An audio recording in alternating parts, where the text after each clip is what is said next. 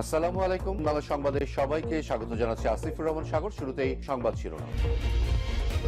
পুরোদমে Iran, Israel এবং মার্কিন যুক্তরাষ্ট্রের মধ্যে ভয়াবহ যুদ্ধ চলছে হামলার পর হামলা। এরই মাঝে আমাদের হাতে এসে পৌঁছেছে যুদ্ধের সর্বশেষ গুরুত্বপূর্ণ সবথেকে তাজা আপডেট সংবাদ আপনাদের জানিয়ে দিব। প্রথমেই জানাবো যুদ্ধবিরতি সত্য, গাজায় ইহুদিবাদী ইসরায়েলের ভয়াবহ হামলায় শিশুসহ নিহত 4।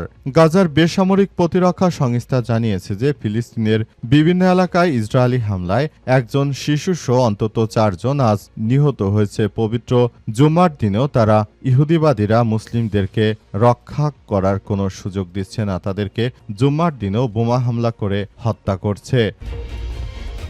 এরপর জানাবো যুক্তরাষ্ট্রে রহস্যজনকভাবে নিখোঁজ একের পর এক পারমাণবিক বিজ্ঞানী, যা বলল হোয়াইট হাউস। যুক্তরাষ্ট্রের পারমাণবিক গবেষণা সহ বিভিন্ন কর্মসূচির সঙ্গে যুক্ত একের পর এক বিজ্ঞানীর রহস্যজনক নিখোঁজ ও মৃত্যুর ঘটনা নতুন করে উদ্বেগ তৈরি করেছে। পারমাণবিক অস্ত্র, মহাকাশ প্রযুক্তি ও উন্নত জ্বালানি গবেষণায় যুক্ত এসব বিজ্ঞানী হঠাৎ অদৃশ্য হয়ে যাওয়া বা অস্বাভাবিক মৃত্যু নিরাপত্তা ব্যবস্থাকে প্রশ্নের মুখে ফেলেছে। এ নিয়ে দীর্ঘ নিরাপত্তার পর অবশেষে প্রতিক্রিয়া জানিয়েছে হোয়াইট হাউস। তাহলে কি মার্কিন যুক্তরাষ্ট্রের এসব পারমাণবিক বিজ্ঞানীদের ইরান হায়ার করে নিয়ে যাচ্ছে গোপনে, না কি হচ্ছে বিষয়টি আসলে এখন পর্যন্ত যুক্তরাষ্ট্র জানাতে পারেনি। এদিকে যুদ্ধবিরতি আরও 2 সপ্তাহ বাড়াতে পারে ইরান যুক্তরাষ্ট্র। ইরান ও যুক্তরাষ্ট্রের মধ্যে 2 সপ্তাহের চলমান যুদ্ধবিরতির মেয়াদ বাড়ানোর লক্ষ্যে পরোক্ষ আলোচনা শুরু হয়েছে। আগামী সপ্তাহে বর্তমান যুদ্ধবিরতির মেয়াদ শেষ হওয়ার কথা রয়েছে। এই সময়সীমা পার হওয়ার আগেই তা আরও দীর্ঘায়িত করতে 2 দেশ কূটনৈতিক তৎপরতা চালাচ্ছে বলে জানা গেছে।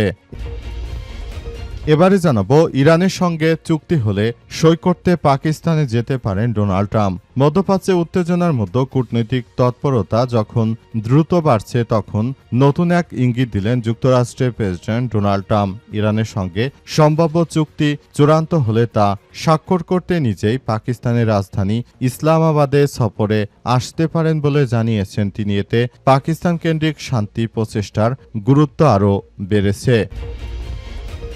এবং সর্বশেষ জানাবো রাঙামাটিতে ইউপিডিএফ কর্মীকে গুলি করে হত্যা, 2 বোন গুলিবিদ্ধ।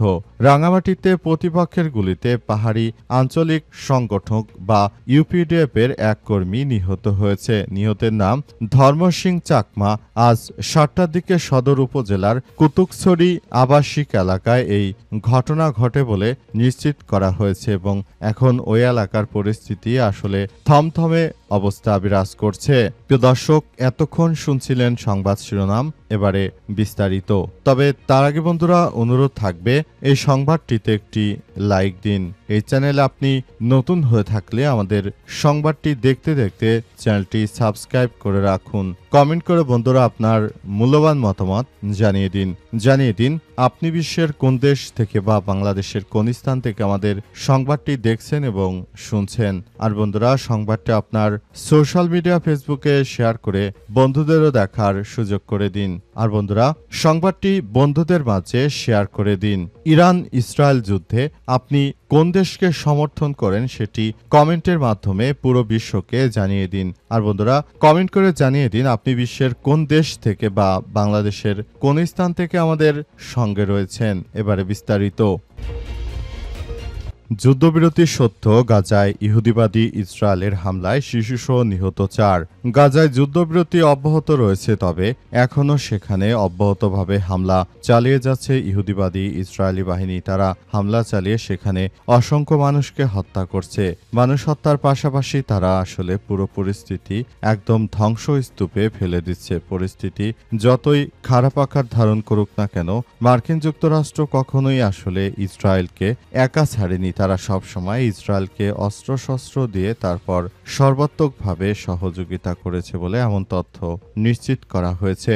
মধ্যপ্রাচ্য জুড়ে যে সংঘাতময় পরিস্থিতি এবং যে জটিল আকার ধারণ করেছে, পরিস্থিতি এতটাই খারাপ আকার ধারণ করেছে যে জায়নবাদীরা এখনও আমাদের নিরীহ ফিলিস্তিনিদের উপর আক্রমণ চালিয়ে তাদেরকে হত্যা ও সন্ত্রাসী কর্মকাণ্ডে তারা লিপ্ত রয়েছে। প্রতিনিয়ত তারা এসব হামলা অব্যাহত রেখেছে এবং এই হামলায় মূলত সমস্ত পরিস্থিতি খুবই খারাপ আকার ধারণ করেছে। পুরো বিশ্বজুড়ে দখলদার বাহিনী এখনও এই নারকীয় পৈশাচিক কর্মকাণ্ড তারা চালিয়ে যাচ্ছে এবং সারা পৃথিবী জুড়ে তারা এখনও এই কার্যক্রম চালিয়ে মূলত সবকিছু নিজেরা নিয়ন্ত্রণ করার চেষ্টা করছে।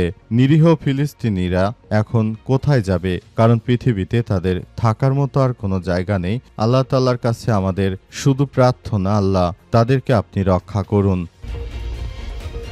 যুক্তরাষ্ট্রে রহস্যজনকভাবে নিখোঁজ একের পর এক পারমাণবিক বিজ্ঞানী, যা বলল হোয়াইট হাউস। যুক্তরাষ্ট্রের পারমাণবিক গবেষণা সহ বিভিন্ন কর্মসূচির সঙ্গে যুক্ত একের পর এক বিজ্ঞানী রহস্যজনক নিখোঁজ ও মৃত্যুর ঘটনা নতুন করে উদ্বেগ তৈরি করেছে। পারমাণবিক অস্ত্র, মহাকাশ প্রযুক্তি ও উন্নত জ্বালানি গবেষণায় যুক্ত এসব বিজ্ঞানীর হঠাৎ অদৃশ্য হয়ে যাওয়া বা অস্বাভাবিক মৃত্যু নিরাপত্তা ব্যবস্থাকে প্রশ্নের মুখে ফেলেছে নিয়ে দীর্ঘ নিরাপত্তার পর অবশেষে প্রতিক্রিয়া জানিয়েছে হোয়াইট হাউস। সংবাদ মাধ্যম ইন্ডিয়া টুডে বলছে যে 2023 সালের থেকে যুক্তরাষ্ট্রের পারমাণবিক প্রতিরোধ ও মহাকাশ আধিপত্য সংক্রান্ত গবেষণায় যুক্ত অন্তত 9 জন বিজ্ঞানী, সম্ভবত 10 জন বিজ্ঞানী রহস্যজনকভাবে নিখোঁজ হয়েছে বা অস্বাভাবিক পরিস্থিতিতে মারা গেছে। আর এটি দেশটির নিরাপত্তা ও গোয়েন্দা মহলে উদ্বেগের সৃষ্টি হয়েছে। এই বিজ্ঞানীরা পারমাণবিক অস্ত্র গবেষণাগার, উন্নত মহাকাশ প্রযুক্তি, ফিউশন গবেষণা কেন্দ্রের সঙ্গে যুক্ত ছিলেন। এক সাংবাদিক প্রেস সেক্রেটারি ক্যারোলিন লেভিট এসব রহস্যজনক নিখোঁজ ও মৃত্যুর বিষয়ে প্রশ্ন করলে গত বুধবার হোয়াইট হাউসে অবশেষে বিষয়টি নিয়ে প্রতিক্রিয়া জানায়। ট্রাম্প প্রশাসন এ বিষয়ে অবগত কিনা এবং তদন্ত করছে কিনা এমন প্রশ্নে যাবে লেভিট বলেছেন, আমি এখনো সংশ্লিষ্ট সংস্থাগুলোর সঙ্গে বিষয়ে কথা বলিনি, তবে আমি অবশ্যই তা করব এবং আপনাকে জানাবো বলে নিশ্চিত করা হয়েছে। তবে অনেকেই ধারণা করছে যে নিখোঁজ এসব বিজ্ঞানী তারা ইরানে হয়তো চলে গিয়েছে, কারণ ইরান থেকে তাদেরকে অনেক টাকা দিয়ে তারপর হায়ার করা হয়েছে যাতে করে ইরান তারা তাদের পারমাণবিক প্রজেক্টগুলো যথাযথভাবে চালিয়ে যেতে পারে। যুদ্ধবিরতি আরও 2 সপ্তাহ বাড়াতে পারে ইরান যুক্তরাষ্ট্র। ইরান ও যুক্তরাষ্ট্রের মধ্যে 2 সপ্তাহের চলমান যুদ্ধবিরতির মেয়াদ বাড়ানোর লক্ষ্যে পরোক্ষ আলোচনা শুরু হয়েছে। আগামী সপ্তাহে বর্তমান যুদ্ধবিরতির মেয়াদ শেষ হওয়ার কথা রয়েছে। এই সময়সীমা পার হওয়ার আগেই তা আরও দীর্ঘায়িত করতে 2 দেশের কূটনৈতিক তৎপরতা চালাচ্ছে বলে জানা গেছে।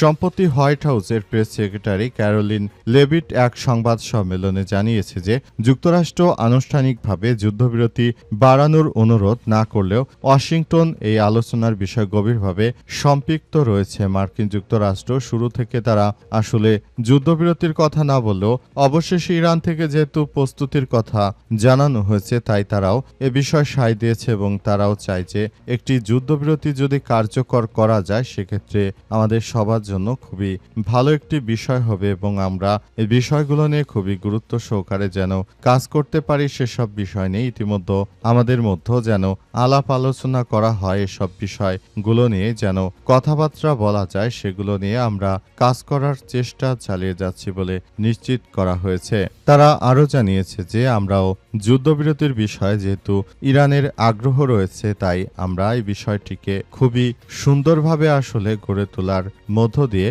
আমরা এগিয়ে যেতে চাই বলে নিশ্চিত করা হয়েছে এবং এই পরিস্থিতির মধ্য দিয়ে আসলে সবকিছু সুন্দরভাবে এগিয়ে নেওয়ার জন্য আসলে এই মুহূর্তে মার্কিন যুক্তরাষ্ট্র বিষয়গুলো নিয়ে খুবই গুরুত্ব দিয়ে আলোচনা করছে।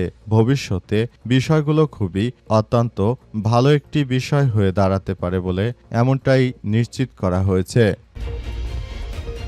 ইরানের সঙ্গে চুক্তি হলে সই করতে পাকিস্তানে যেতে পারেন ডোনাল্ড ট্রাম্প। মধ্যপ্রাচ্যে উত্তেজনার মধ্যে কূটনৈতিক তৎপরতা যখন দ্রুত বাড়ছে, তখন নতুন এক ইঙ্গিত দিলেন যুক্তরাষ্ট্রের প্রেসিডেন্ট ডোনাল্ড ট্রাম্প। ইরানের সঙ্গে সম্ভাব্য চুক্তি চূড়ান্ত হলে তা স্বাক্ষর করতে নিজেই পাকিস্তানের রাজধানী ইসলামাবাদ সফরে আসতে পারে বলে জানিয়েছেন তিনি। এতে পাকিস্তান কেন্দ্রিক শান্তি প্রচেষ্টার গুরুত্ব আরও বেড়েছে। সংবাদ মাধ্যম দ্য ডন বলছে যে ইরানের সঙ্গে চূড়ান্ত চুক্তি ইসলামাবাদে স্বাক্ষরিত হলে তিনি সেখানে সফরে যেতে পারেন বলে প্রেসিডেন্ট ডোনাল্ড ট্রাম্প জানিয়েছে। একই সঙ্গে তিনি দাবি করেন আলোচনায় থাকা প্রায় সব বিষয়ে তেহরান সম্মত হয়েছে। নেভাডা অ্যারিজোনা সফরের আগে হোয়াইট হাউসের লনে সাংবাদিকদের সঙ্গে কথা বলতে গিয়ে ট্রাম্প পাকিস্তানের নেতৃত্বাধীন কূটনৈতিক উদ্যোগ নিয়ে আশাবাদ প্রকাশ করেছেন। তিনি বলেন, চলমান যুদ্ধবিরতির মেয়াদ শেষ হওয়ার আগেই একটি সমঝোতায় পৌঁছানো সম্ভব বলে আমরা মনে করি এবং বর্তমান যদি এটি চলতে থাকে তাহলে ভবিষ্যতে বিষয়টি আরও খুবই গুরুত্ব সহকারে দেখা হবে বলে ট্রাম্পের পক্ষ থেকেও নিশ্চিত করা হয়েছে। আর ভবিষ্যতে যুদ্ধবিরতির বিষয়টি সবার জন্য খুবই ভালো একটি বিষয়, খুবই গুরুত্বপূর্ণ একটি বিষয় হয়ে দাঁড়িয়েছে এবং সবকিছু সুন্দরভাবে গড়ে তোলার মধ্য দিয়ে আবারও এগিয়ে যেতে হবে এবং সবকিছু চূড়ান্তভাবে কার্যক্রম চালিয়ে যাওয়ার বিষয়ে তারা কাজ করছে।